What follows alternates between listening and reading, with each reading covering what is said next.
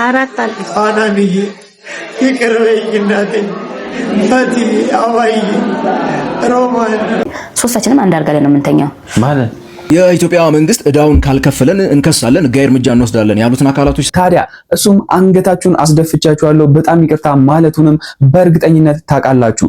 ግን ለየት ያሉ ነገሮች እየተፈጠሩ ይገኛሉ።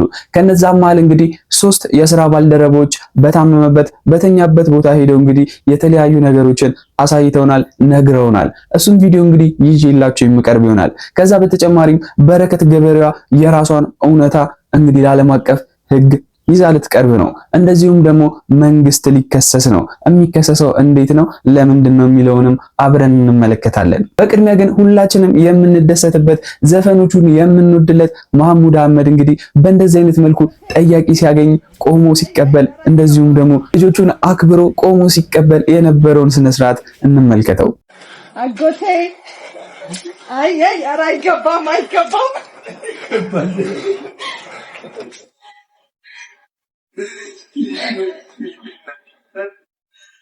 እንግዳ አይነሽ የኔ ሰቀቀን እወድሻለሁ ነይ በቀን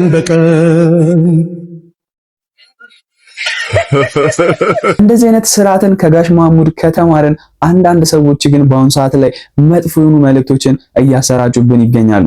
እስኪ እቺን ሴትዮ እንመልከታት። ከባሌና ከጓደኛዬ ጋር አንድ ላይ አብሬተኛ ነበር ትለናለች።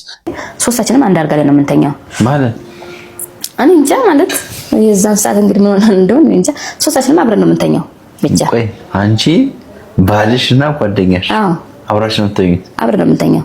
ምንም የሚፈጠር ነገር የለም። ያው ባልና ሚስት እሷ ያለች እኛኛው ምንም እንትን አንልም፣ ምንም ነገር የለምና እሱ እንደ ከባድ እኮ ነው። አንቺ ምን ሆነሽ ነው? አታቂም ማለት ነው። ይሄ ዋህነት ሳይሆን አታቂም ማለት ነው። እንዴት እንደዚህ ይደረጋል? አሁን አንቺን አቅፌ መተኛት በፈልግ እኮ አልችልም ማለት ይለኛል። አይ እንግዲህ ዞሮ እሱ የተሻለ ነገር ሳይኖራት እንዴት አደርጋለሁ ምናምን እለዋለሁ። አንድ ቀን ደግሞ አብረን ከመሆናችን በፊት እሱ እኔ ጋር መጥቶ ሊሄድ ሲል አይ እኔ ልወጣ ስል እሱ መጣ። እኔ ስራ አዳር ነበር የምሰራው። ነገ ደግሞ እዛ ሄደህ ከምትመጣ እዚሁ ደርና ጓደኛ ያለች ነገ እኔ ጠዋት እመጣለሁ ምናምን አልኩት። እሺ በቃ አለኝ። ከዛ ስራ ቦታ ሄጄ ምን ነው እንትን የምትለው ጽዳቷ ምን ነው ዛሬ ደግሞ እንቅልፍሽ አለቀቀሽም እንዴ ፊትሽን ጥለሽዋል ወይስ ጓደኛሽን አላገኘሽም አለችኝ። ኧረ አግኝቻለሁ እንደውም ቤት እኮ ነው ያለው ምናምን። ጓደኛሽ ሳለችኝ እሷም አለች ሁለቱም ነው ተሻቸው የመጣሽው አለችኝ። አዎ ኧረ ያንቺስ በዛችኝ። አይ ነው ቸገረኝ ጠፍተኛ አይደለም ግን ሰው ማለት እምነቱን ማጉደል ከፈለገ ለፈለገው እግዚአብሔር መልከተው እኔ ጠብቄ ማለት አይደለም እንደዛ አይነት ሰው ካሰቡ ምናምን አልኳት። አይምሮአችን በአሁን ሰዓት በብዙ ነገር ቁጥጥር ውስጥ ይገኛል። እንግዲህ ይህንን ወጣት ተመልከቱት፣ እንዴት እንደዚህ አይነት ሐሳብ ውስጥ እንደገባ እኔ አልገባኝም። እስኪ ይህ ነገር ምን አይነት ምልከታን ይሰጣችኋል? ወይም አይምሮአችሁ ውስጥ ምንን ይጭራል? ግንባሩ ላይ የተነቀሰው የጀግና ስም ነው፣ ቶና ይባላል። ግን አግባብ ነው ብላችሁ ታስባላችሁ? እኔ የምነግራችሁ ቆዳችሁ ላይ አንዳች ነገር ካደረጋችሁበት በኋላ ላይ እንደምትጸጸቱበት ነው። በትላንትናው ዕለት አሳዛኝ የሚባል ዜናንም ተመልክተን ነበር። ይሄም እንግዲህ በቀድሞ እንግዲህ ኢቢኤስ ላይ ብዙዎቻችን የምንወዳት ኢቲቪ ላይም የተለያዩ ፕሮግራሞችን ስታቀርብልን ድራማ ፊልም ስትሰራለን የነበረች አንድ አርቲስት በአሁን ሰዓት ላይ እንግዲህ እረፍት ዜናዋ እየተነገረ ይገኛል። ማን ነው? እኔ እኮ ነኝ። ዞር አልካፊቴ ቡቱቶ ብለብስም ሲያዩኝ ባላስደስት ድሃ ብባል እንጂ ማንሰላሰል አልስት ደሞ እብድ አሁን ሰው ለመባል ከሰው ለመቆጠር ምንድነው መለኪያው? ምንድነው መስፈርቱ? አጭበርባሪ ሁላ ሰው ለመሆን በርቱ።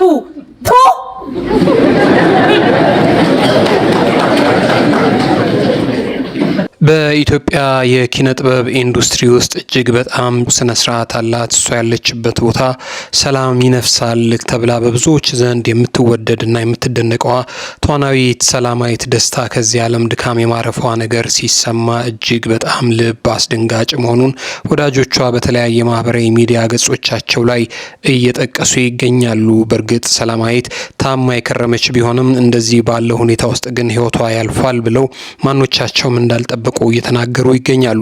ኢትዮጵያ ውስጥም ገንዘብ እንዴት ሊወርድ እንደሆነ እንግዲህ ሁላችሁም መገመት አይከብዳችሁም። ይህንንም ጉዳይ እንግዲህ አንዳንድ ሰዎች ከ2 ወር በኋላ እጥፉን ይሆናል በማለት እንግዲህ ኑሮ ምን ያክል እንደሚወደድ ግምታቸውን ኢኮኖሚክ ፕሪዲክሽናቸውን እየተናገሩ ይገኛሉ። ብር ከዚህ በኋላም ቫልዩ እየወረደ ሊሄድ ይችላል። ለምን ብላችሁ ብትጠይቁኝ IMF በቅርብ 4ኛው ሪቪው ሚቲንግ አጠናቋል ኢትዮጵያ ውስጥ። ከዛም በኋላ ምንድነው ያለው? ያነበራችሁስ ኮሜንት ምንድነው? በአጭር ደቂቃ አዲስ ፎርቹን እና ሌሎች ኒውስ ሶርስ ላይ ያገኟቸውን ኢንፎርሜሽኖች ራሴ አንብቤ ያገኟቸውን ነገሮች ሰማራይዝ አድርጌ እነግራችኋለሁ። ቴንክ ዩ ፎር ስቴይንግ። ሶ መጀመሪያ ምንድነው ያለው? ታክስ ኮሌክት የሚደረገው ታክስ ህዝቡ ላይ ኮሌክት የሚደረገው ታክስ ብዙ አይደለም፣ 7% ነው። እሱ ከፍ ማለት አለበት። ከጂዲፒው ጋር ኮምፔር ሲደረግ ህዝቡ ገና ታክስ የመደረግ አለበት፣ ፖቴንሻል አለው ተብሏል።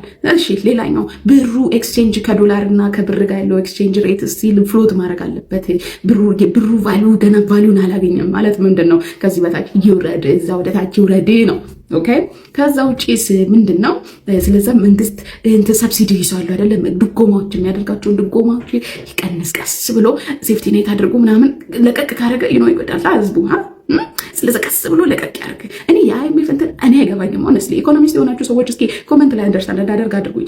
ግን እኔ ከነበርነው ወደኋላ የሚመልሰኝ ይመስለኛል። ብድሩ እኛንም ወደኋላ ያደረገና የራሳቸውን የሚወስዱት ነገር ስላላቸው ማለት ነውና እናንተ እንዴት እንደምታስቡ ንገሩኝ። ግን ብራችሁ ከዚህ በኋላ ሊወርድ ይችላል። ከዛም በኋላ ደግሞ ከባንክ የምንወስዳቸው ብድራቶች ላይ ኢንትረስት ሊጨመር ይችላል። ሜቢ this is my speculation and thought። እናንተ እንዴት ታስባላችሁ? እኔ ደስ አላለኝም። መንግስትም ሊከሰስ ነው ብያችሁ ነበር። ለዚህም ምክንያቱ አንዱ የገንዘብና የብድር ጉዳይ ነው። መንግስት ከሌሎች ሀገሮች ከሌሎች ባንኮች እንደሚበደር እናውቃለን። በአሁን ሰዓት ላይ እንግዲህ ይሄ ነገር ተቃውሞ እየገጠመው ይገኛል። የኢትዮጵያ መንግስት እዳውን ካልከፈለን እንከሳለን፣ ሕጋዊ እርምጃ እንወስዳለን ያሉትን አካላቶች ሰምታችኋል። ሰሞኑን ምን መሰላችሁ? ይህ ዩሮ ቦንድ የሚባለው የአንድ ሀገር መንግስት ወደ ሌላ ሀገር ሄዶ በራሱ ሀገር ገንዘብ ሳይሆን በሌላ ሀገር ገንዘብ በተለይም ደግሞ በዩኤስ ዶላር ብድር መበደር በሚፈልግበት ሰዓት የሚሸጠው የዕዳ ሰነድ አይነት ነው ዩሮ ቦንድ የሚባለው። እኛ የሸጥናት 2014 የዛሬ 11 ዓመት አካባቢ የኢንዱስትሪ ፓርኮችን እናለማለን ብለን 6.625% ወለድ እንከፍልበታለን። 10 ዓመት ጊዜ ውስጥ ተመልሰው የሚከፈሉ ቦንዶችን ነበረ የሸጥ ነው። በብዛት በሀገር አሜሪካ የሚገኙ የተለያዩ ኢንቨስተሮች እነዚህን ቦንዶች ገዙ። ወደ 999 ሚሊዮን አካባቢ ዶላር እኛ ከዛ ላይ አገኘን እንደ ሀገር ማለት ነው። ወጪዎች ምናምን ተከፋፍለው ከዛ ባለፉት 9 ዓመታት የሰማነው አብዛኛዎቻችን ዜናውን መቼ ነው 2023 ዲሴምበር ላይ ኢትዮጵያ መክፈል አቃታት ሲባል ነበር። ታዲያ ግን የሚገርማችሁ ነገር ለ9 ዓመታት 66 ሚሊዮን በተከታታይ በየአመቱ በወለድ መልኩ ግን ለነዚህ አካላቶች በዓለም አቀፍ ደረጃ ከተነሱ ክሶች መካከልም ይሄ ብቻ አልነበረም። ኢትዮጵያ እንግዲህ በረከት ገበሬዋ ይዛባት የመጣችው ሌላ ክስ አለ። ይህም እንግዲህ 85% የሚጠጋው እስር ቤት ያለው ሰው ያለ ምክንያት ወይም ደግሞ ያለ ጥፋቱ የታሰረው በሚል ነበር። ከዛ በተጨማሪም የራሷ መረጃዎችንም ይዛ ወጣለች። እስኪ እንመልከተው። በረከት ገበሬዋ አስደንጋጭ መረጃ ይዛ ወጥታለች። ስለ ቴዲ አፍሮ ማናጀርም የምትለው ነገር አለ። ኢትዮጵያ ውስጥ ከ85% በላይ የሚሆኑ እስረኞች ያለ ጥፋታቸው ነው የታሰሩት ስትል በረከት ገበሬዋም ተናግራለች። በረከት ገበሬዋ በእስር ላይ በነበረችበት ወቅት የደረሰባትን የሰብአዊ መብት ጥሰትና የፍትህ መጓደል በተመለከተ ጠንከር ያሉ መረጃዎችን በፌስቡክ አካውንቷም ይፋ አድርጋለች። በእስር ላይ እያለች በቂ ሕክምና እንድታገኝ መከልከሏንና የሕክምና ባለሙያዎቹም ለማከም ቢፈልጉ እንኳን በሆስፒታል ውስጥ ምንም አይነት መድኃኒት እንዳልነበረም ገልጻለች። ጉዳዩን ወደ ፍርድ ቤት ይዛ መቅረቧን የምትናገረው በረከት እስከ ሰበር ሰሚ ችሎት ድረስ ባደረገችው የ14 ጊዜ የፍርድ ቤት ክርክር ከሳሾች ምንም አይነት ማስረጃ ማቅረብ እንዳልቻሉና ፍርድ ቤቱ 7 ጊዜ አስገዳጅ የፍቺ ትዕዛዝ ቢሰጥም ሊፈቷት እንዳልፈቀዱም አረጋግጣለች። የቴዲ አፍሮ ማናጀር በሰላም ከተኛችበት ሆቴል ተይዛ ከእጇ ምንም ነገር ሳይገኝ ህገወጥ የጦር መሳሪያ ዝውውርና አደንዛዥ እጽ ተብላ ተከሰሳለች የምትለው በረከት ፍርድ ቤቱ ማስረጃ ስለሌላቸው ልቀቋት ቢሉም ፖሊስ ግን አንለቅም ምን ታመጣለች በሚል የህግ የበላይነት እንደተጣሰም ነው የገለጸችው። በአሁኑ ወቅት ጉዳዩን በአየርላንድ የሰብአዊ መብቶች ተሟጋችና በምክትል ጠቅላይ ሚኒስተር ቢሮ እየታየ መሆኑን የጠቆመችው በረከት ጉዳዩን ወደ ዓለም አቀፍ ፍርድ ቤት ሊያመራ እንደሚችልና በእጇ ያሉትን ጠንካራ ማስረጃዎች ለዓለም አቀፍ ጋዜጠኞች አሳልፋ እንደምትሰጥም አስታውቃለች። በመጨረሻ መርከብ ሙሉ ነዳጅ ለኬንያ ነጋዴዎች፣ የሸጣችሁ ሚኒስተሮች ለመዋረድ ተዘጋጁ፣ በእኔ ላይ ጥይታችሁን ጨርሳችኋል ስትል ጠንከር ያለ ማስጠንቀቂያም አስተላልፋለች። ዜና ሲያቀርብ ሁላችንም የምናስታውሰው ጋዜጠኛ ሶፎንያስ በአሁን ሰዓት ላይ እንግዲህ ቀድሜ እንደነገርኳችሁ ብዙ ነገሮችን እየሰማን እንገኛለን። ከነዛም መሃል እንግዲህ እናቱ ሲያስተላልፉት የነበሩት ሐሳቦችና እውነታዎች ናቸው። ከነዛም መሃል እንግዲህ እናትየው እቤቴ ተመልሼ አልገባም ልጄ ካልዳንልኝ በማለት እንግዲህ ሐሳባቸውን ተናግረዋል። ግን ከጭንቀትና ከፍራቻ መሆኑንም ተናግረዋል። ምክንያቱም ድጋሚ መጥቶ ቢያጠቃኝስ በማለት ማለት ነው። ባይዘው እኛ ክፉ ማህበረሰቦች ነን፣ እናስመስላለን ሃይማኖት ያለን ምናምን እንጂ በጣም ክፉ ነኝ ማለት ይሄ ልጅ በግልጽ እናቱ ወጥቶ ከመናገራቸው በፊት ያ ሁሉ ይወገርበት የተባለውን ድርጊት ከማድረጉ በፊት ሁላ በግልጽ የአእምሮ በሽተኛ ነኝ ያመኛል ብሎ እርዱኝ እያለ በትልቅ ሚዲያ እኮ ተናግሯል። ከዛ በኋላ ሰው አጥምዶት አንድ ልጅ ነው አሉ እንኳን ብዙ እንትን አይደለም፣ ግን አጥምዶት ሆን ብሎ ድካሙን ለማህበረሰብ አስተዋውቆ እንደዛ ህዝብ ይወገር ይታረድ እያለ ሲወግረው ሲያባብስበት እዚህ ደረሰ። አሁን ከንፈራችን ላይ መጥ ነው ለእናትየዋ መታ ስትናገር እንደ አይነት ሰው ቤተሰብ እንዳለው በምን እንደሚያልፍበት ምናምን አይገባም። ማስተዋሉ ላክቶ ነው ስለ አንድ ሰው ጉዳይ እንደዚህ በቃ ፈራጁ ነን ማለት። የሚያስቀኝ ደግሞ ደብል ስታንዳርድ ነው። መፍረድ ያለብን ሰዎች ላይ እኮ አንፈርድም። በአደባባይ ምንም ሳይጎላቸው አጀንዳ ይዘው ትውልድን እየበቀሉ ያሉ ከማህበረሰቡ ሴት ወግ ባህል ውጭ እያደረጉ ያሉ ሰዎችን ክብር እየሰጠን የኔ ቆንጆ የኔ እናት እያልን ብዙዎቹን እያከበርን አሉ እኮ በሰላም የተንቀሳቀሱ ወልደው ከብሎ ማህበረሰባችን ውስጥ የምጠሉት ነገር እያደረጉ አንድ ሰው ግን ህዝብ ጋር ሳይደርስ በህመሙ ምክንያት አንድ ድካም ደረሰበት ይወገር ምናምን ያላችሁ ይኸው ቤተሰብ ጣጣ ለሱም ጣጣ አባብሳችሁበት አንድ እንኳን ያስተዋል የለም። ይሄ ሰው የመታከም ነው ያለበት ያለ የለም። እርዳታ የሚያስፈልገው ያለ የለም። ሽሽት ነው ጸበልም ምን ሄዱ የኔ ህዝባት ሽሽት ነው። ክፉ የአበሻ ምላስ ደግሞ ክፉ ነው። ባይዘው የት እንደሚያደርስ እያያችሁ እና መወገር መገሰስ ያለበትን አታቁም። ምንም ምስኪን ሰው ደግሞ ዘመድ ምንም አጋዥ አጫፋሪ የሌለውን ደግሞ አጀንዳ የሌለውን ሰው ደግሞ እንደዚህ እያከሰማችሁት ከሰው ማህበር ታስወጡታላችሁ። እና ብዙ ጊዜ የሚከሰት ነገር ስለሆነ ነው አልወራም ብዬ ነበር እንደዚህ ትኩስ ነገር ላይ። ግን በጣም ያሳዝን። የአእምሮ ታማሚን የምንገፋ ሰዎች ክፎች ነን ባይዘው። በተጨማሪም በዛሬ ጠዋት ላይ ሶፎንያስ የተናገራቸው ነገሮች ነበሩ። እንመልከታቸውና ሐሳባችሁን ኮሜንት ላይ ትገልጹልኛላችሁ።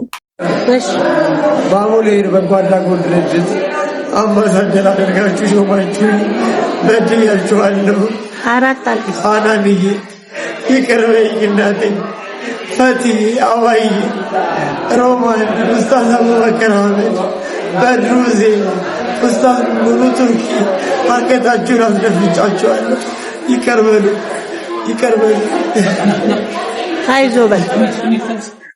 ሶፎንያስ በአሁኑ ሰዓት ላይ ምንም አይነት ስልክ በእጁ እንደማይገኝና እሱ የሚያስተላልፋቸው ነገሮች ትክክል እንዳልሆኑ በራሱ ሚዲያ የሚነገሩ ነገሮች ትክክል እንዳልሆኑ እንግዲህ ጓደኞቹና ባልደረቦቹ በቦታው ተገኝተው ጠይቀውት እንደዚሁም ደግሞ ያለበትን ሁኔታ አረጋግጠው የተናገሩት ነገር አለ። እሱን አብረን እንመልከተው። ከ2 ቀን ከ3 ቀን በፊት ጋዜጠኞች ሰብሰብ ብለን ሶፊ ያለበትን ሁኔታ ልንጠይቀው ሄደን ነበረ። የካቲት ሆስፒታል ገብቶ ነበረ። በዚህ መሀል ልንጠይቀው ሄድ ነው። እኔ ናፍቆት ዮሴፍ ናፍቆት ዮሴፍን ታውቋታላችሁ። አዲስ አድማስ ላይ በጣም የተባ ዘር ያላትና በጣም ብዙ የምትጽፍ ጋዜጠኛ ነች። ጌቻ በሻንም ታውቋታላችሁ። ጌቻ በሻ በአሁኑ ወቅት የጌጡ ተመስገን ገጽ ላይ በሪፖርተርነት እንደዚህ መረጃዎችን በመስጠት አብሮ ይሰራል። ባልደረባም ነው። ናፍቂ ስለተደወለላት ልንጠይቀው ሄደን የካቲት ሆስፒታል ሄደን ስናየው እውነት ለመናገር የቀድሞ ሶፊን ሆኖ አላገኘነውም እና በጣም ነው ያዘንነው። በጣም ውስጣችን ሽምቅቅ ነው ያልነው፣ ተጎድተናል። አሁን እዚህ ላይ ምስል ላይ እንደምታዩት የነበረው ውበት፣ የነበረው ግርማ ሞገስ፣ የነበረው ጸጉር፣ እነዚህ ሁሉ ነገሮች አልነበሩም። በእርግጠኝነት መነግራችሁ በስክሪን ላይ የምታውቁት ሰዎች ራሱ በአካል ብትሄዱ አይ ሶፊ አይደለም ብላችሁ የምትመለሱበት ኮንዲሽን ነበርና ሄደን ያለበት ሁኔታ ማየት ፈልገን ነበር። ሄድ ነው ስንሄድ እናቷ አለች፣ እንደዚሁም ደግሞ የበፊት ጓደኞቹ አሉ። አሁን አንዳንድ ጓደኞቹን በጣም የምናመሰግናቸው የምንወዳቸው ጸጉሬ ስቆረጥ ደንበኛ የነበረ መጀመሪያ ደንበኛ ያደረገኝ የነበረ ነው ብሎ ነበር ያለውና እነሱንም አገኘን። ከዛ ሶፊን አናገር ነው እኛ ያለበትን ሁኔታ ለማየትና ከዛ በኋላ ለማገዝ ለማስተባበር ነበር ሄድ ነው። የካቲት ስንሄድ ግን ሶፊን ባልጠበቅነው ሁኔታ ነበር ያገኘ ነውና ከገዳም ጠፍቶ እንደመጣ ነው የነገረን። ሶፊ ለምንድን ነው ምን አለ ጨርሰህ እንኳን ብትመጣ ብለን ስንለው በቃ እዛ ያለሁበት የጤና ሁኔታ ጥሩ አልነበረም አለን። አንድ ጥሩ ነገር የሰማሁትና የነገረኝ ነገር ምንድነው ቆርብ ያለው አለ፣ ስጋው ደግሞ ተቀብያለሁ አለ።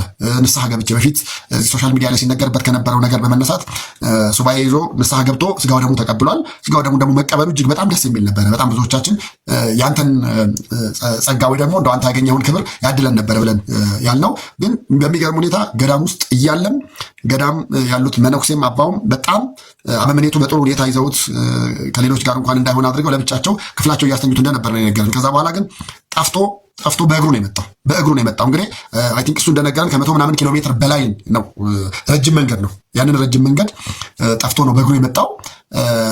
ስናየው አዝነናል። ምላቸው ያደረገው ጫማ ጥሩ አልነበረም፣ እግሩ ላይ መስተነጣጠቆች ምናምን ነበሩና በፊት የምናውቀው ሶፊ አሁን በዚህ ኮንዲሽን ሆኖ ምናምን ብለን በጣም አዝነን ነበርና ብቻ ከገዳም ረጅም ጸሎት በሚያዝበት ሰዓት ላይ ከአባ ጠፍቼ ነው የመጣሁት አለ። ከአባ ጠፍቼ መጣሁ አለ። የካቲት እንግዲህ አልጋ ለማግኘትም ብዙ አስቸጋሪ ነገር ነበረ። ግን እሱ በአጋጣሚ ሆኖ አልጋ አግኝቶ ጥሩ ሕክምና እየተከታተለ ነበረ። ኒሞኒያ እንደያዘው ህመሙ የኒሞኒያ እንደሆነ ነው የተገለጸው። እንግዲህ የኒሞኒያ ህመም ደግሞ በተለይ የጤና ባለሙያዎች በዚህ ጉዳይ ላይ ገብታችሁ ልትናገሩ ትችላላችሁ። መድኃኒቱ መቋረጥ የለበትም፣ ክትትል መደረግ አለበት፣ በየሰዓቱ መወሰድ መቻል አለበት፣ ምግብ መብላት አለበት። እነዚህ ነገሮች ሁሉ ሆስፒታል ያሉት የካቲት 12 ያሉት እያገዙት እንደነበር ነው ያየነው የተረዳ ነው።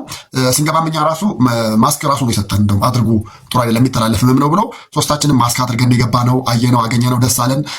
እንደገና ከዚህ በፊት በተነገረው በሆነው ነገር የሆነውን እግዚአብሔር ነው የሚያውቀው። እኛ ሁላችንም ሆኗል ለሚባለው ነገር እርግጠኞች አይደለንም፣ ግን ፈጣሪ ነው የሚያውቀው። እውነት ለመናገር ግን እሱ በጣም አዝኖ ሙያውንም እናንተንም አንገት አስደፋ ይቅርታ ብሎ እግራችን ላይ ሲወድቅ አንስተነው በደረታችን አቅፈነው በቃ አጽናንተነው እባክህ ቁጭ በል፣ መድኃኒትህን ውሰድ፣ ምግብ ተመገብ፣ በአጭር ጊዜ ውስጥ ድነህ ልትወጣ ትችላለህ ብለን አጽናንተነው ነበር የወጣ ነው። ከዛ በኋላ ምን እናድርግ ብለን ከሌሎች ባልደረቦቻችን ጋር እያወራን ሳለ በሁለተኛው ቀን ሌላ ኢትዮጵያ ቴሌቪዥን የሚሰራ የማውቀው ጋዜጠኛ ደወለልኝ እና ምንድን ነው እለዋለሁ። ሶፊን አገኘሁት። የት አገኘው? 4 ኪሎ። ምን ያደርጋለሁ አለው። ከካቲት ሆስፒታል ጠፍቶ ነው የመጣው አለ። ከካቲት ሆስፒታል ጠፍቶ መጥቶ ነው አለ። አስቡት እንግዲህ ገዳም ያለውን ነገር ሳይጨርስ ጠፍቶ መጣ። በእግሩ ነው የመጣው ከ100 ምናምን ኪሎ ሜትር በላይ። እንደገና ደግሞ የካቲት ሆስፒታልም ደግሞ መጥቶ ሕክምናውን እየተከታተለ ሳለ ከዛም ከየካቲትም ጠፍቶ መጣና በፌስቡክ ላይ የሚፖስታቸው ነገሮችም ጥሩ አልነበሩም። እናቱ እንዳረፈው አይነት ነገር ገደሉብኝ ምናሉብኝ እያለ ነበር የሚፖስተው እና እኔም እዚህ ላይ ወጥቼ ለመናገር ያስገደደኝ ነገር ቢኖር ይሄ ነው። የእሱ አይምሮ የማይመጥነውና ይሆናል ብለን የማናስባቸው ነገሮች ናቸው እዛ ላይ እየተለጠፉ ያሉትና ሌሎች ትልልቅ ገጾች ብለን በሚሊዮን ተከታይ ያላቸው ብለን የምንላቸው ደግሞ ከሱ እያነሱ እግዚአብሔር ይመስገን ምሮኛል፣ እግዚአብሔር ይመስገን እንዲሆኛለሁ፣ እግዚአብሔር ይመስገን አሁን ሃሌሉያ ሆስፒታል ገብቻለሁ፣ ከዛ ወጥቼ ደግሞ እንዲሆኛለሁ በቃ እና እያንዳንዱን እግር በእግር እየተከተሉ የሚለጠፍ ነገር ነው ያለውና ሶፊ አሁን ባለበት ኮንዲሽን ላይ የአይምሮ ህመም ችግር እንዳለበት ነው የሱን ሁኔታ የነገርናቸው የጤና ባለሙያዎች የነገሩንና በእርግጠኝነት በእንደዚህ አይነት ሁኔታ ውስጥ ያለ ሰው ገንዘብ እንደሚያስፈልገው እርግጠኛ ነኝ። ብዙ ሰዎችም ወደ ሶፎንያስ ፊት እያዞሩ ነው። ሶፎንያስን እንግዲህ ይቅር በለን በማለት ላይ ይገኛሉ። እኔ በበኩል አጥፍቻለሁ እናም ይቅር በለኝ በማለት ይገኛሉ። ታዲያ ይህንን ይቅርታ ወደ ጤንነቱ መመለሻ መንገድም ሊሆን ይችላል። ምክንያቱም እንደዚህ አይነት አጋጣሚዎች ሶሻል ሚዲያ ላይ ሲፈጠሩ የሰው ልጅን ህይወት በአንዴ ሊቀይሩ ይችላሉ። ታዲያ ይህም የሶፎንያስ አጋጣሚ ይመስለኛል። በእንደዚህ አይነት ሁኔታ ውስጥ ላለ ሰው ባለሀብቶች፣ እንደዚሁም ደግሞ የተለያዩ እርዳታ ሰጪ አካላቶች ከጎኑ ሊሆኑ ይገባል። ከነዛም መሃል ብዙ ጊዜ ተጠቃሽ የሚሆኑት እንግዲህ አላሙዲን ናቸው። ሙስሊም ክርስቲያን ሳይሉ ሲረዱ ሲንከባከቡ የቆዩት እንግዲህ አላሙዲን ለዚህ ልጅም ፊታቸውን ቢያዞሩ ብዬ አስባለሁ። በተለይ ደግሞ የኚህን አባት ግጥም ከሰሙ በኋላ አንድ ሙስሊም አባት በሚገርም ሁኔታ ለድንግል ማርያም የጻፉት እና ያነበቡልን ግጥም አለ። እሱን እንመልከተው። ቆይ በአላህ ከመሬም ውጭ የማንን ስም እሺ ልጥራ? እመተስፋ ብርሃነ ፍቅር ሶሊያና መልካ ሴት የእናትነት ልኬት ድንበር ብጽዕት ህሪት ክብርት ቅድስት ስመ ልሳን ፊደል ቋንቋ የልጅነት አፍ መፍቻዬ የምትወደኝ የምወዳት የሁሉ እናት የብቻዬ የመወደድ የመመረጥ የሴትነት አልፋ ኦሜጋ የመገዛት መተናነስ የትትና ባለጸጋ የአምላክ ባሪያ ፍጹም ንጽሕት ድንግል ቅድስት እመቤቴ ሰአሊተ ምህረት በአታ ኪዳነ ምህረት እናቴ የማስተዋል ጸዳል ብርሃን የመታመን ግርማ ሞገስ እመ ፍቅር ማርያም መርየም እመ ብርሃን ቤተ መቅደስ ከሴት ሁሉ አላህ ወዷት ለይሁንታው መፈጸሚያ የመረጣት ንጽሕት ድንግል መርየም እያለች ያላህ ባሪያ ቆይ በአላህ ከሴት ሁሉ ማንን ልውደድ ከሷ ወዲያ? ለጨዋታ ያክል አንድ ልነግራችሁ ወይም ደግሞ እንደፈን የተለቀቀ አንድ ቪዲዮ ነበር። ሰሞኑን አዶናይ ዲሊያን ፔጅን ይዞት እንደመጣው ይልቅ ከዛም በኋላ ከጃኒ ጋር መጣላቱን ብዙዎቻችን ሰምተናል። ታዲያ ይህ ነገር ምንም ያን ያክል የሚያሳስብ እንዳልሆነ ብዙዎች እየተናገሩ ይገኛሉ። ግን ለነሱ ህይወታቸው ነው፣ ሊያሳስባቸው ይገባል። እኛን ግን ያን ያክል ሊያከራክርልንና ምንም አይነት ሐሳብ ሊፈጥርብን የሚገባ አይመስለኝም። ታዲያ እስኪ እቺን ጨዋታ አብረን እንመልከታት። ዲሊያን ፔጅ ላይ ቺት አድርገብኝ ነው በማለት እንግዲህ ትልቅ ብልግና የሆነ ሐሳብን እያሰራጩ የሚገኙ ሰዎች አሉ። ትክክል አይደለም። ትክክል ሊያስቅ ይችላል፣ ግን እውነት ትክክል አይደለም። ያው ዜናው መሰላችሁ አዶናይ እና ጃኒ ተፋተናል ብሎ አዶናይ ገለጸ። አሜሪካም ለንደንም ዜግነት ያላቸው ልጆች አናይ ጋይስ በዲ ለንች ታርገብኛል ብለውና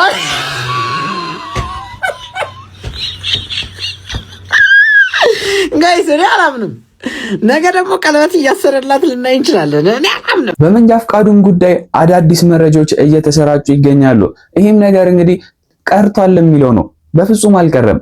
እስኪ ከአንድ ሳምንት በኋላ ይጀመራል እየተባለ የሚገኘው ይሄ የመንጃ ፈቃድ ወይም ደግሞ የብቃት ማረጋገጫ ምን አይነት መረጃን ይዞ መጥቷል? መንጃ ፍቃድ ያላችሁ በድጋሚ ልትፈተኑ መሆኑን ካሁን በፊት ነግሬያችሁ ነበር።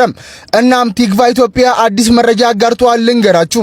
የአሽከርካሪዎች ዳግም ምዘናና ስልጠና በቀጣዮቹ 15 ቀናት ውስጥ ሊጀምር ስለሆነ ተዘጋጁ ተብሏል። የትራንስፖርትና ሎጂስቲክ ሚኒስቴር በብቃት ማነስ የሚደርሱ አደጋዎችን ለመቀነስ በስራ ላይ ያሉ ሹፌሮች በሙሉ እንግዲህ በድጋሚ ለማሰልጠንና ለመመዘን አዲስ ዘመናዊ አሰራር መዘርጋቱን አስታውቆ ነበር።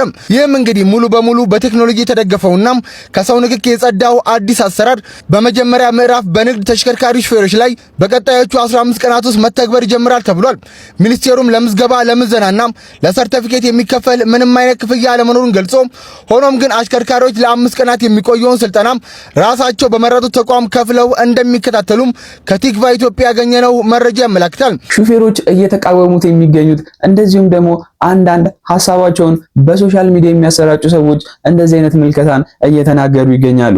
ከነዛም መሃል እንግዲህ ይህ ነገር የሆኑ ሰዎችን ለማበልጸግ የሚደረግ ነገር ነው በማለት እንግዲህ ጥያቄ እየተነሳና ሐሳብ እየተሰራጨ ይገኛል። ይህም እንግዲህ ምክንያት የሆነው አንዳንድ ድርጅቶች ወይም ደግሞ የማሰልጠኛ አካላት ይህንን ተግባር ሊተገብሩት እንደሚችሉ ሐሳብ ስላለ ነው። ትራንስፖርትና ሎጂስቲክ ሚኒስቴር ሁሉንም የኢትዮጵያ ሹፌሮች ኤስዲኤስ በተባለ ካምፓኒ በኩል አስተምሬ እንደገና ፈትኜ መንጃ ፈቃድ ሰጣቸዋለሁ ብሎ ያመጣውን ሐሳብ ከሁሉም የሶሻል ሚዲያ ዌብሳይቶቹ ላይ አጥፍቷቸው አደረ።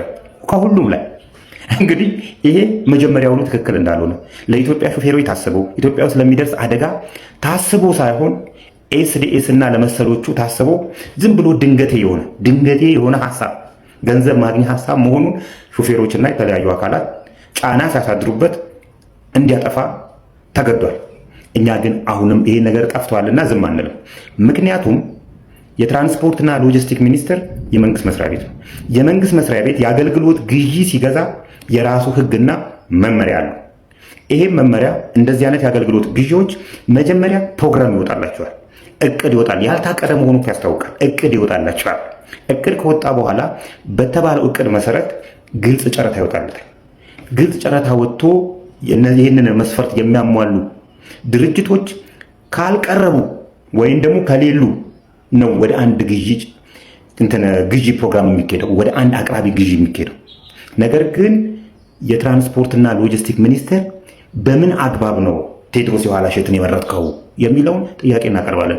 ህግ መከበር ስላለበት ቢኮዝ ማንም ተነስቶ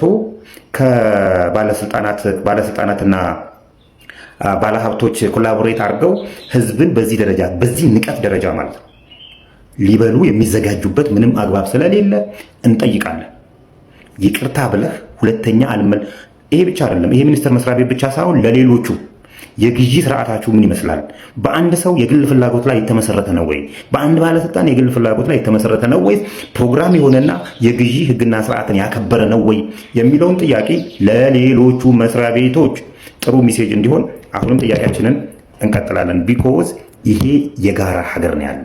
የጋራ ሀገራችን ላይ አንዱ ተጠቃሚ የሚሆንበት ምንም አይነት አግባብ ስላሌለ ሹፌሮችም በዚህ መልኩ ነበር ሐሳባቸውን ሲገልጹ የነበረው። ግን ካስደሰተኝ መረጃዎች መካከል ለመንጃ ፍቃድ ብቃት ማረጋገጫ ድጋሚ ካስፈለገ ፒኤችዲ እና ሌላ ደግሞ ከፍ ያለ ዕውቀት ያላቸው ሰዎች የሚባሉ ሰዎች ድጋሚ ተፈትነው ማለፍ አለባቸው፣ ማረጋገጥ አለባቸው የሚለው ሐሳብ በጣም ልቤን ገዝቶታል። እስኪ በዚህ ላይ ምን አይነት አስተያየት አላችሁ? ዮ ጋይስ መንጃ ፍቃድ ድጋሚ ተፈትናችሁ አውጡ ተብሏል አይደለ? ፒኤችዲ ያላቸውም ድጋሚ ተፈትነው ድጋሚ ተምረው ይፈተኑ። የምጠረጥረው ሰው አለኝ እኔ የምጠረጥረው ሰው አለኝ። መንጃ ፍቃድ አውጥቼ ሳልማ ገና ምንም ሳልማ ድጋሚ ልፈተን ነው እንዴ? ደግሞ ሳልዳበት ትላንትና ብቃት ተረጋግጧል ብለህ ያስወጣኸውን ሹፌር እንደገና ብቃትን ላረጋግጥልህ ብለህ ስትል ሼም አይዛችሁም? ምድረ ኢልቢስ ብር መሰብሰቢያ አይዲያ እንኳን ብታጡ ሌላ አይዲያ አፈጥሩም። አይደብራችሁም እንዴ እናንተ? እንዴ ሰው እንደሞኝ በቃ ሁሉንም ነገር እሺ እያለ ሲቀበል እንደ ሕፃን ልጅ ነው እንደምታስቡት? ወይ በተቋም በኩል የሚመጣ ጭሳጭስ ካለ እኛንም እያስጨሳችሁን አንድ አይነት እንዴ ዞሮባችሁ አታዞሩብን እንጂ እንደገና ብር እንትን አረሽም ነው በእናትህ። ያን የመሰለ በረሃ ለበረሃ እንደዛ እየሾፈረ የሚነዳን ሹፌራውን ና ብቃትን ላረጋግጥልህ ብለህ ስትጠራው አታፍርም? ምን የማይገደልበት የማይታገትበት መንገድ ላይ የማይሳቀቅበት ላይሰንስ ልትሰጠው ነው? አረ ያስጠላባችኋል። በስመ አብ ወልድ ምድረ ኢልቢስ። የአፍሪካ ህዝብ ለምን ድሃ ሆነ? ለምንስ ድሃ ሆኖም ይቀጥላል? የአፍሪካ ችግር የቀኝ ግዛት ችግር ቢሆን ኖሮ ለምንድን ነው አልተገዛንም ብለው የሚያስቡት ኢትዮጵያውያን ነጮች ወደ ገነቧት ደቡብ አፍሪካ ሄደው የተሻለ ህይወት የሚኖሩት የሚለው ነገር እንዳስሳለን በዚህ ቪዲዮ። ፎሎ ያላረጋችሁ ማለት ነው እመኑኝ ብዙ ነገር ያመለጣችሁ ነው። ፎሎ ሳታደርጉ አትውጡ። አንደኛ ኢንቫይሮንመንትና ጂኦግራፊ። አያችሁ አፍሪካ ውስጥ ነፍ ምግብ ነው ያለው። የፈለከውን አድነህ መብላት ትችላለህ። አትክልት ምናምን እንደፈለክ ነው። ከዛ ደግሞ ኢንቫይሮንመንት አመቱን ሙሉ ለኑሮ ምቹ ነው። ለምሳሌ ክረምት ሲመጣ ትንሽ ይበርዳሃል እንጂ በረዶ አድርቆ አይገድልህም። what doesn't kill you make you stronger የሚለው ሳይሆን what doesn't kill you make you lazy የሚለው ትንቢት ነው እኛ ላይ የተፈጸመው ወገን። አፍሪካዊ ማውጣት ማውረድ መመራመር መጨነቅ ሳይጠበቅበት ማለት ነው ዘና ፈታ ብሎ ሰነፍ ሆኖ ማለት ነው አፍሪካ ውስጥ በደንብ መኖር ይችላል። ይሄ እንደገና ከሳይንስ ከፈጠራ ከምርምር እንዲርቅ አድርጎታል። ሁለተኛው የአፍሪካ ችግር ኮመርሻል ፋርሚንግ አለመኖሩ ነው። አያችሁ አንድ ሰው አርሶ ማለት ነው 100 ሰው ማብላት ከቻለ እነዚህ 100 ሰዎች ሌላ ነገር ሊሰሩ በጣም ሰፊ እድል ይኖራቸዋል። ምርምር፣ ሳይንስ፣ ኢኖቬሽን፣ ኢሪጌሽን ወዘተረፈ ስለሚመራመሩ ይሄ ሲቪላይዜሽን ያመጣል። የአክሱም አባቶቻችን ኮመርሻል ፋርመርስ በነበሩበት ጊዜ የአክሱም ስልጣኔ ፈጥረው ለቋንቋዎቻችን ፊደላት ቀርጸው አፍሪካን በዜሮ ከመውጣት አድነዋታል። ታስታውሳላችሁ። ከዛ ደግሞ የሆላንድ ፋርመሮች ደቡብ አፍሪካ ሄደው ሰትል አድርገው የዛሬ 400 ዓመት በዚህ በኮመርሻል ፋርሚንግ ማለት ነው ጥጥ እያረሱ ወደ አውሮፓ እየላኩ እየነገዱ ደቡብ አፍሪካን ፈጥሯት ከአፍሪካ ሀብታሟና የበለጸገች ሀገር ሊያደርጓት ችለዋል። ሶስተኛው ከቁጥጥር ውጭ የሆነ የህዝብ ብዛት እድገት ነው። አያችሁ ሙሶሊኒ ኢትዮጵያን በሚወርበት ጊዜ የኢትዮጵያ ህዝብ ብዛት 10 ሚሊዮን ነበረ። ወይራስ የጀርመን ህዝብ ብዛት እንደገና 80 ሚሊዮን ነበረ። አሁን ከ100 ዓመት በኋላ የኢትዮጵያ ህዝብ ብዛት 13 ጊዜ እጥፍ የመታ ሲሆን ጀርመኖች ግን 3 ሚሊዮን ስደተኛ ተቀብለው 83 ሚሊዮን ናቸው። አሁንም ባላንስ ነው የሚሄደው። ገባችኋ? ህዝብ ብዛት እድገታቸው ማለት ነው። ወይራስ እዚህ ግን በአግባቡ ማታስተምረው በደንብ ማታሳድገው ማለት ነው። ዝም ብለህ ዘር በመተካት በሚለው ባናቱ ተወልድና ጥራት የሌለው ማህበረሰብ ይፈጠራል። ይሄ ደግሞ ድህነት ብቻ ነው የሚያመጣው። ከዛ አራተኛውና ዋናው አፍሪካ ድሃ እንድትሆን ያደረገው እንደገና ዲኮሎናላይዜሽን ነው። አያችሁ አውሮፓውያን መጥተው አፍሪካን ገንብተው ማለት መንገዶች ነው ሁላ ነገር ሰርተው በኋላ ለአፍሪካውያን ሲያስረክቧት ለማን ነው ያስረከቧት? ዓላማ ለሌለው በማኔጅመንት ሳይሆን በሚራክል ለሚያምን ሃይማኖተኛ ነው። ይሄ ደግሞ ድሃ እንድትሆን አድርጓታል ኮንቲኔንቷ። ሞስት ፕሮባብሊ እንደገና ድሃ ሆናም ትቀጥላለች። ለምንድን ነው ግን ሁሌ ማታ መብራት የሚጠፋው? ይኸው አሁን 4 ሰዓት ሲሆን መብራት ይጠፋል። ይኸው ሄጄማ መጠየቅ አለብኝ። ሰላም አባት፣ አንተ ነህ መብራቱን የምታበረው የምታጠፋው ሰው እያለ? አዎ ነኝ። ምን ልታዝዝ? ቆይ ምን አድርጎ ነው የምትለን? መብራቱን በማጥፋት ምን ታገኛለህ? ቆይ ተረጋጋና ላስረዳ። ይህን ሰውዬ ተመልከተው። ቀኑን ሙሉ ስልኩ ላይ ተጥሎ ነው የሚውለው። ዓለም ላይ ምንም ነገር ሊያስደስተው አይችልም። ዝም ብሎ ዲፕሬሽን ውስጥ እንደገባ ነው። ምንም ነገር ሊያስደስተው አይችልም። እና ምን ያገናኘዋል? ዓለም ላይ ከአንድ ነገር ውጪ ምንም ነገር ሊያስደስተው አይችልም ይህን ሰውዬ። ቆይ ላሳየህ። እንዴ መብራት ጠፋ? ዝም ብለህ ተመልከት። መብራት መጣ። እንዴት ነው ወደር ግራ ገባው ለምደው ሲለዩ ሆድን ባባው እንደናው ጎራው ያሰላሙ ቀብራራው ጎንደሬ። ታዲያ ተደስቶ የማያውቀውን የኢትዮጵያን ሕዝብ እንደማስደሰት ምንም ያስደስት ነገር አለ? በዛሬም ይዤላችሁ የመጣኋቸው ቪዲዮዎች እነዚህ ነበሩ። በቀጣይ ቪዲዮ እስከማገኛችሁ ድረስ ቸር ቆዩልኝ።